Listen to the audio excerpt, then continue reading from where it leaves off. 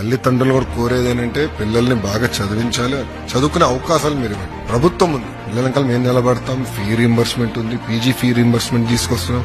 విదేశీ విద్యకి ఆల్టర్నేటివ్ మంచి మెకానిజం మేము డిస్కస్ చేస్తున్నాం, అది తీసుకొస్తాం. అంటే ప్రభుత్వం ఆలోచన డబ్బుల వల్ల పిల్లలు ఇబ్బంది పడకూడదు, వెనకబడి ఉండకూడదు. నేను స్టాన్ఫర్డ్ లో చదివినప్పుడు అప్లై చేసినప్పుడు అప్లికేషన్ లో ఎక్కడ గానీ మీ దగ్గర ఎంత డబ్బులున్నాయి, మీ బ్యాంక్ అకౌంట్ స్టేట్మెంట్లు ఇవన్నీ నేను ఎక్కడ అడగరు.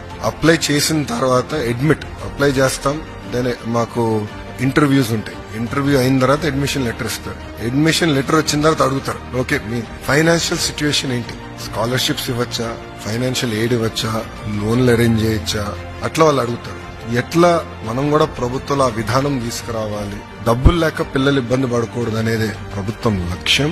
గడిచిన కొన్ని సంవత్సరాలు విద్య ఒక రకంగా నడిచినా మళ్ళీ దాన్ని ట్యూన్ చేసి సరైన దారులు పెట్టే బాధ్యత ప్రభుత్వం తీసుకుంది. తల్లిదండ్రులకు ఎలాంటి ఇబ్బంది లేకుండా చేయాలనేదే ప్రభుత్వ నిర్ణయం.